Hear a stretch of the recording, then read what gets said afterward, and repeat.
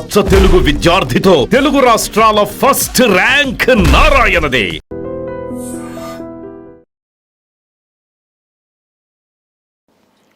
నమస్కారం గురుగారు. శ్రీమాత్రే నమః. శ్రీ గురుభ్యో నమః. గురుగారు, ఒక పదం అయితే రెగ్యులర్గా వింటుంటాం, దరిద్రం దరిద్రం అని చెప్పి. నిజంగా ఇంట్లో దారిద్ర్యం ఉంది, లేదంటే మనకు రాబోతుంది అనే ముందు సంకేతాలు కానీ, లేదంటే ఇంట్లో మన వాళ్ళ బిహేవియర్ని బట్టి కూడా కొన్ని అర్థమవుతుంటాయని పెద్దవాళ్ళు చెప్తుంటారు. నిజంగా అలా అర్థమవుతుందంటారా?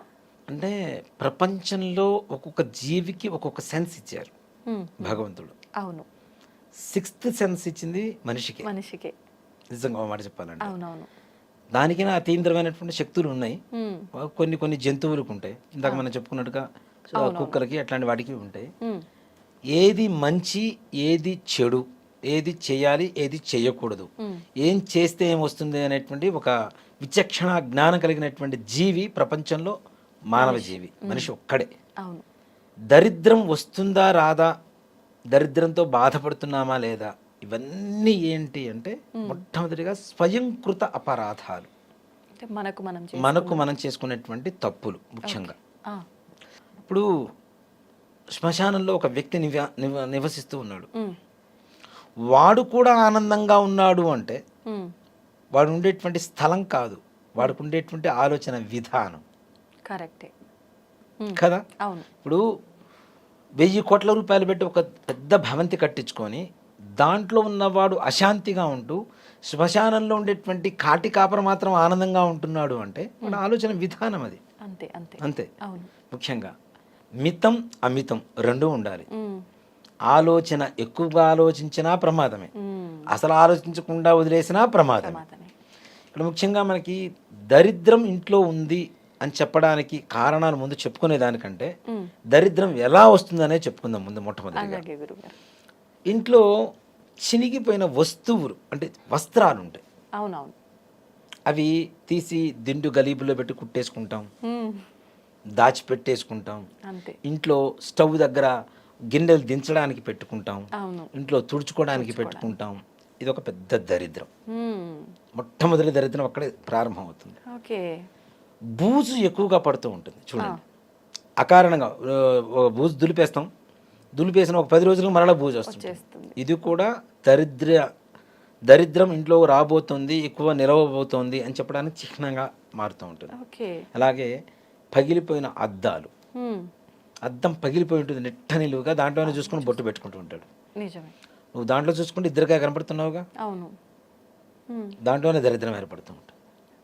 పగిలిపోయిన అద్దాలు, అలానే పగిలిపోయిన వస్తువులు, ఈ పింగాణి కప్పులు, ఈ హ్యాండిల్స్ ఊడిపోయినవి కూడా ఇంట్లో వాడుకుంటుంటారు చాలా మంది. అవి కూడా దరిద్రమే. కప్పులనే కాదు, పింగాణి వస్తువులు ఏమైనా సరే అలాంటివి ఏవైతే ఉంటాయో అవి. దేవుడి పటాలు పగిలిపోయిన అద్దాలు పగిలిపోయినటువంటి ఉంటాయి అవి. అలాగే తులసి కోట ఉంటుంది కదా, ఈ తులసి కోట దగ్గర కూడా శుభ్రత లేకుండా అది కూడా ఎలా పడితే అలా మొత్తం చిందరబందరగా ఉండిపోవటం. దీంతో పాటుగా ఇంట్లో ఉండేటువంటి 8 మూలలు శుభ్రంగా లేకుండా అపరిశుభ్రంగా మనం ఉంచడం. ఏది పడితే ఆ మూల తీసుకెళ్ళి మూల పడేస్తుంటారు. మనం వాటర్ బాటిల్స్ వాడుతుంటారు, అవి తీసుకెళ్ళి ఎక్కడో పడేస్తుంటారు.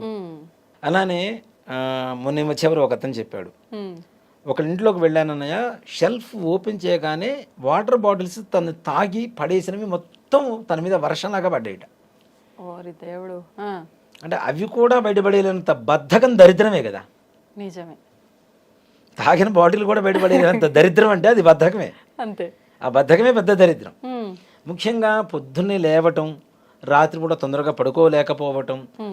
దీంట్లో పడుకుంటాం కదా, హఠాన్గా ఉన్నట్టుండి ఒకసారి మెడుకు వస్తుంది. తెల్లవారుజామున 3 గంటల నుంచి 4:30-5 గంటల లోపల ఉన్నట్టుండి ఉలిక్కిపడి లేచి కూర్చోవటం. ఇలాంటివి కూడా దరిద్రానికి హేతువులే.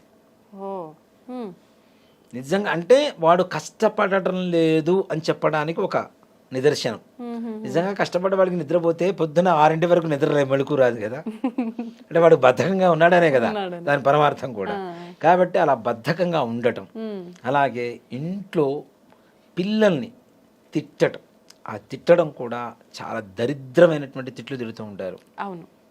దరిద్రపు వెధవ, నువ్వు చచ్చిపో, నువ్వు చేస్తే దరిద్రం వదిలిపోతుంది.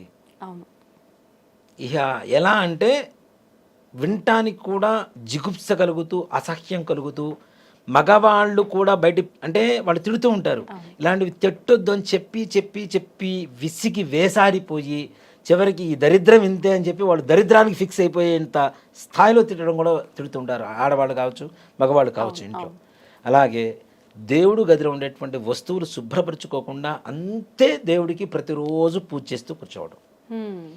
దేవుడి దగ్గర దీపారాధన కుందులు కూడా తోమరు, నిన్నటి ఒత్తులు ఉంటే బయటికి లాగేసి ఆ ఒత్తుల మీదనే మళ్ళీ కొద్ది నూనె పోసి దీపారాధన వెలిగిస్తారు ఉంటారు చాలా మంది. అది కూడా పాపమే కదా. మరి నిన్న పొద్దున వండిన వంట ఇవాళ పొద్దున నువ్వు ఎందుకు తినవు కదా, కిల్లెంలో పెట్టి బాచిపోతుంది కదా. మరి అట్లానే దేవుడి దగ్గర కూడా అంతే శుభ్రంగా ఉండాలిగా. ముఖ్యంగా లక్ష్మీదేవి ఎక్కడ ఉంటుంది అంటే మనకి లక్ష్మీదేవి అష్టోత్తరంలో నామాలు వస్తాయి.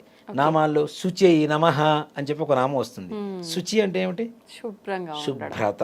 ఎక్కడైతే శుభ్రత ఉంటుందో అక్కడ లక్ష్మీదేవి తిష్ట వేసుకొని ఉంటుంది. నేను అదే చెప్తా, పరిశుభ్రతలో పరమేశ్వరి కొలువై ఉంటుంది గ్యారంటీ. శుభ్రంగా ఉండకపోతే ఇప్పుడు మనం ఏదైనా పూజ చేసిన వస్తువులైనా ఏవైనా తీసుకెళ్ళి చాలామంది కూడా ఏం చేస్తూ ఉంటారంటే దీపారాధన కుందులు అన్నం తినేటువంటి కంచాలతో పాటు పడేసి కడిగేస్తుంటారు తర్వాత. అది మహాపాపం కదా. దేవుడి దగ్గర వాడేటువంటి వస్తువులు ఎంగిలవుతూ ఉంటే నువ్వు ఎంగిలి తిన్నావు, చికెన్ తింటావు, మటన్ తింటావు, ఏవేవో తింటావు, ఆ వస్తువులతో పడేసి తోడుతూ ఉంటే అది కరెక్ట్? అది దేవుడు అంటే మరి నువ్వు నిజంగా అంత పరిశుభ్రంగా ఉన్నవాడివి చికెన్ మరి దేవుడి గూట్లోకి ఎందుకు తీసుకెళ్ళవు? చికెన్ తింటే దేవుడు గుళ్ళోకే వెళ్ళవు, దేవుడు గూట్లోకే వెళ్ళవు, ఎగ్గు తిన్నా లోపలికి వెళ్ళవు. అంత భయం నీ శరీరం మీద ఉన్నప్పుడు వాటి వస్తువుల మీద కూడా ఉండాలిగా. అంతే.